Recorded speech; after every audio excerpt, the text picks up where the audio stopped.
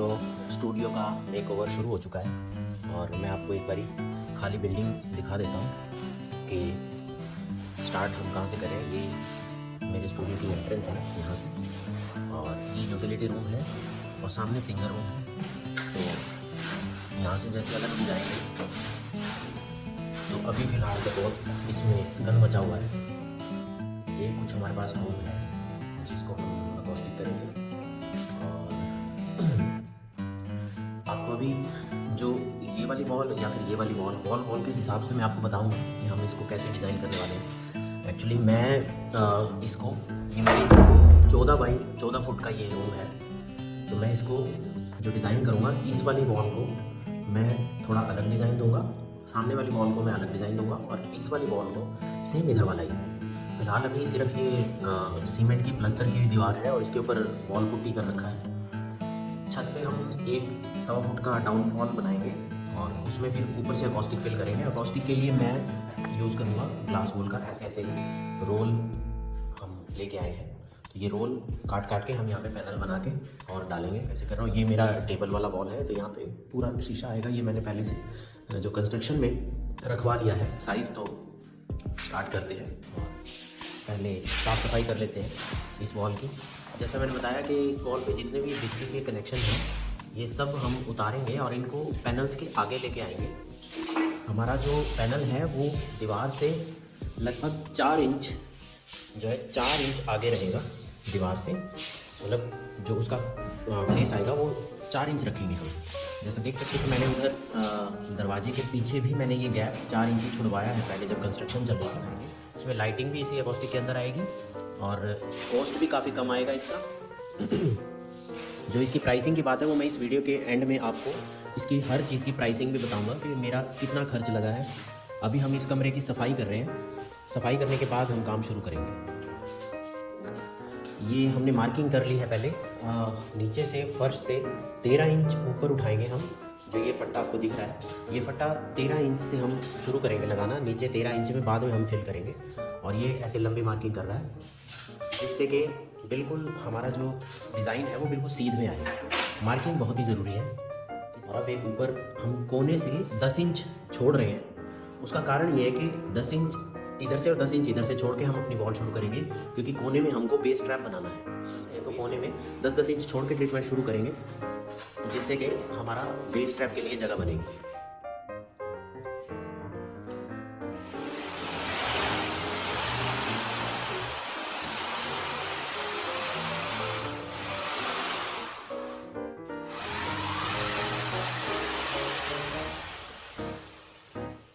सबसे पहले ऊपर और नीचे का सुराख करो। नीचे वाला देखो निशान लगा हुआ है। ऊपर वाला एक मिनट। अब ऊपर वाला किया ना वहाँ हमने, तो ये भी ऊपर वाला ही जाएगा।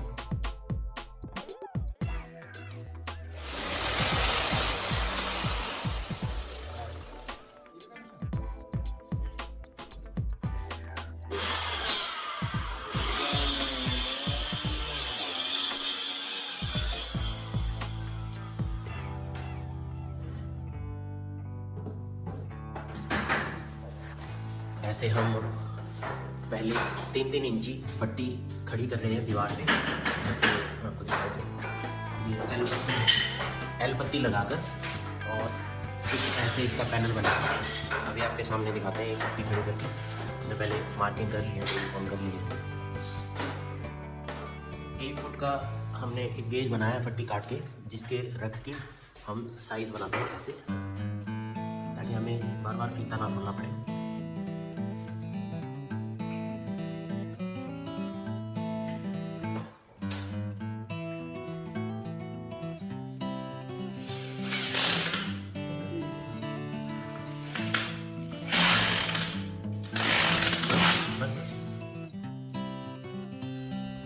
तो ये कुछ फिटिंग हमारी हो चुकी है दोनों वॉल्स की। इसकी जैसे इस वॉल पे मैं दिखा रहा हूँ आपको कि ये हमारी सारी पट्टियाँ लग चुकी हैं। और अब इसके बीच में ये हम ग्लास वॉल रखा है, ग्लास वॉल भरेंगे, फिर इसके ऊपर से हम इस पर फैब्रिक लगाएंगे। जैसे अभी यहाँ पे पट्टियाँ डली रहती हैं और इसी तरह से सेम इस वॉल में भी हमने यही ट्रीटमेंट करना है। और फिर अभी मैं आपको ले चलता हूँ सिंगल रूम में। जो ये जो 2 वॉल्स रह गई हैं ये मैंने एसी पहले फिट करवा दिया है, क्योंकि अब मेरे को जो यहाँ पे इस वॉल के ऊपर सारा लूवर्स का जो पैटर्न बनाना है वो मैं एसी को ध्यान में रखते हुए करवाऊँगा, इसीलिए मैंने एसी पहले फिट करवा दिया है। और अब मैं आपको ले चलता हूँ सिंगल रूम में। ये हमारा सिंगल रूम है, डबिंग रूम भी बोल सकते हैं। यहाँ पर भी हम जो आमने सामने वाली दीवार है सेम पैटर्न रिपीट कर रहे हैं। ये जो 3 फुट का एक बॉक्स, फिर ये 1 फुट का, फिर जो बचा साइज़ उसमें से हमने निकाल लिया साइज़। अभी यहाँ पर हम इस वॉल में कर रहे हैं ये काम। इस वॉल के होने के बाद फिर ये वॉल और ये वॉल, ये हम सारी लूवर्स डिज़ाइन करेंगे खुद के अकोस्टिक लूवर्स, जिसमें लूवर्स का डिज़ाइन भी आएगा और अकोस्टिक भी ट्रीटमेंट भी उसके पीछे होगा, क्योंकि मार्केट में जो लूवर्स मिलते हैं वो अकोस्टिक ट्रीट नहीं होते, वो या तो पीवीसी के मिलते हैं या चारकोल के मिलते हैं। वो हमारे स्टूडियो में अकोस्टिक में वो बाउंस बैक करते हैं वॉइस को, तो वो ना लगा के मैं अपने खुद के कस्टम लूवर्स डिज़ाइन कर रहा हूँ। वो मैं आपको आगे दिखाऊंगा कि वो मैं कैसे बना रहा हूँ, और फिर ये पूरी वॉल मैं उसी से ही फिल करूँगा।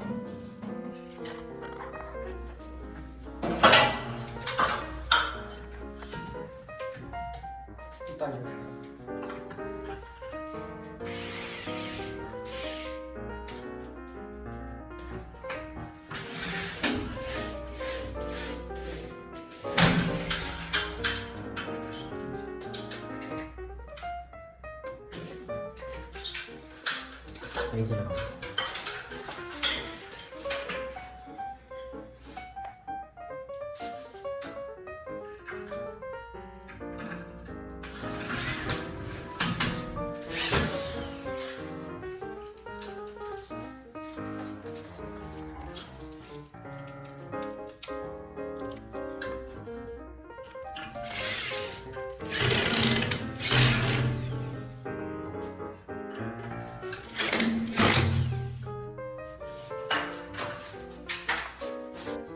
तो आज तीसरा दिन है हमारे काम को, और अभी हम जो बीच के हमारी जो पट्टी बननी है उसका हम कटिंग तैयार कर रहे हैं। अभी ये होल निकाल रहे हैं लाइट के लिए।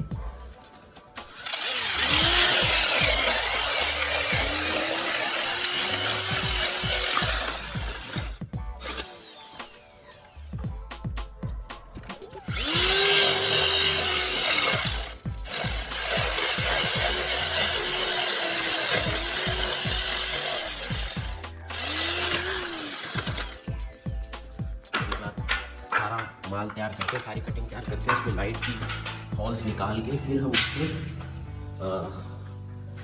ऐसे यहाँ पर लगाएंगे। ये जो एक लगी हुई है पट्टी आप देख रहे हैं, इसमें लाइटें लगेंगी जो नीचे की तरफ उनका फेस होगा, और ऐसे ही जो ऊपर की पट्टी है वो ऊपर की तरफ फेस होगा लाइटों का। बीच में जो हमारा मटेरियल फिल होके और रिबन दिख जाएगा।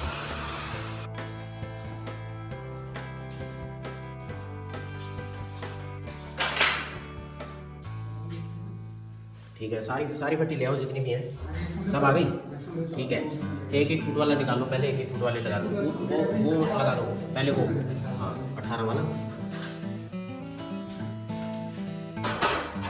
18 वाले दोनों पीस दिखाना एक बार मुझे, दोनों सेम मोटाई के ना। हाँ ठीक है, बस फेस करके इनको फ्रंट फेस करके लगा दो, पहले ऊपर का फिर लीजिएगा। मैं साइज बताता हूँ। ऊपर से छोड़ेंगे इसको लगभग 1 फुट 12 इंच। हाँ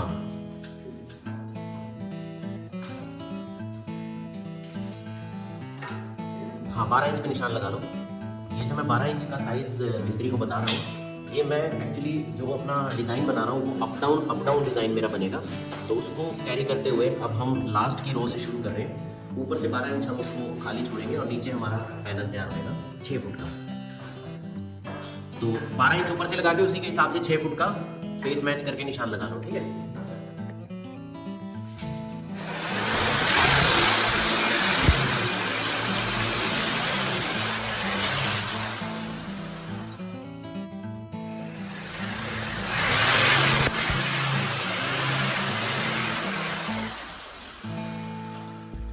अभी हम जो ये हमारे इलेक्ट्रॉनिक के जो बोर्ड हैं इनकी हम आउटिंग बनाएंगे, ताकि जो बाहर की फिटिंग आए उसके ऊपर से हमारा जो फैब्रिक है उसके लिए लकड़ी का फ्रेम हम फिट कर रहे हैं। हमने ऐसे फ्रेम बनाए हैं उसके ऊपर एल पत्ती लगा के और अब इसको फिट करेंगे। ऐसे ही हम इस वाले बोर्ड का भी करेंगे और इधर वाले का भी वो लास्ट में उसका भी करेंगे। ये लूअर्स की कटिंग हो रही है HDHMR बोर्ड की। हम पौना बाई पौना की ऐसे कटिंग्स निकाल रहे हैं।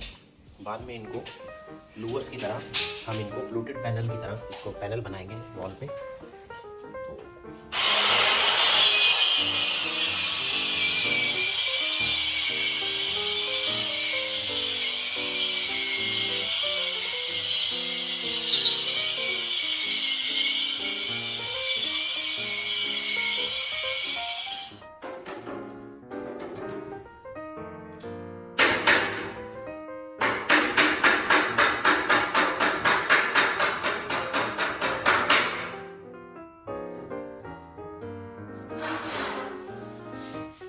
आज डे 4 और फ्रेमिंग का काम लगभग पूरा हो चुका है और साथ में इस वॉल की वायरिंग का भी काम पूरा हो चुका है। मैं आपको एक बार लाइटिंग और वायरिंग के बारे में बता देता हूँ।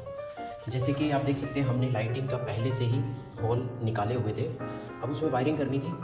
तो ये वायरिंग यहाँ से शुरू होके और बिल्कुल सिंगल वायर, मतलब कि एक ही वायर का टुकड़ा डबल में करके हमने ऐसे पूरे हर हॉल में से हमने हर ये इतना टुकड़ा निकाल दिया ताकि इसके साथ हम लाइट जोड़ के इसके बाद में लाइटिंग फिट कर सकें। अब ये काम हमारा पूरा हो चुका है, यहाँ पे वायरिंग हो चुकी है और ये जो मेरा एक जो फिटिंग में बल्ब का कनेक्शन था वो मैंने होल्डर निकाल के और इसी के साथ मैं इस वायरिंग को कनेक्ट करूँगा। तो मतलब कि करंट यहीं से इसमें पास होगा और टोटल हर लाइट में करंट यहाँ से जाएगा और मेरा यहाँ से एक डेडिकेटेड एक बटन इस वॉल के लिए लाइटिंग के लिए मेरा बन जाएगा। और एक चीज़ मैं और आपको बता दूं, वैसे मैंने पहले भी बताया है कि हमने जो सारा फ्रेम है वो आप देख सकते हैं कि मेरा दीवार के साथ कोई भी लकड़ी या बोर्ड टच नहीं है। जैसे कि आप इस बोर्ड को देखिए, इसका जो है 2 कारण हैं।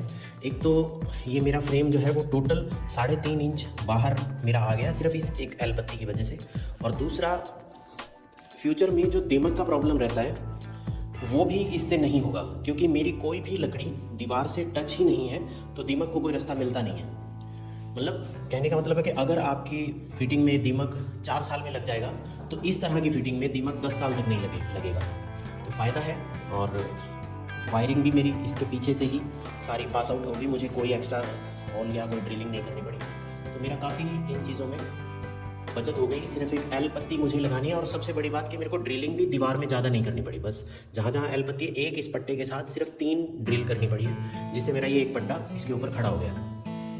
तो अब हम इसमें ग्लास वूल भर सकते हैं। उसके लिए मुझे ग्लव्स और मास्क ज़रूर पहनना पड़ेगा, क्योंकि ये हम इनहेल नहीं कर सकते। अगर ये हमारे लंग्स में जाता है तो भी प्रॉब्लम करता है, और अगर मैं इसको नंगे हाथों से छूँगा या काटूँगा, डील करूँगा, तो भी ये हाथों में खुजली कर देगा। इसीलिए मैं अभी बाज़ार से 2 जोड़ी ग्लव्स और मास्क भी लाऊँगा। और फिर इसके बाद मैं पहले ये जो यहाँ से लेके और वहाँ तक ऊपर तक ये सारा फिल होगा, ये ब्लैंक रहेगा एरिया, वो मैं आपको बाद में बताऊँगा कि ये मैं ब्लैंक क्यों छोड़ रहा हूँ। और फिर इसके ऊपर एक जाली कपड़ा लगेगा और उसके ऊपर फिर हमारा मेन फैब्रिक लगेगा। तो नेक्स्ट फर्दर अभी ये काम करके फिर मैं आपको एक बार फिर दिखाऊंगा।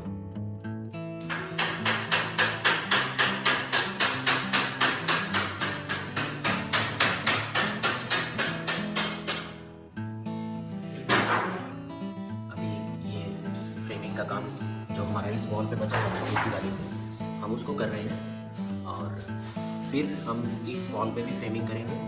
और उधर सिंगर वाले रूम में भी यही सामने आमने की 2 दीवारें रहती हैं, इन पे भी फ्रेमिंग करके फिर हम ग्लास वुड का काम शुरू करेंगे।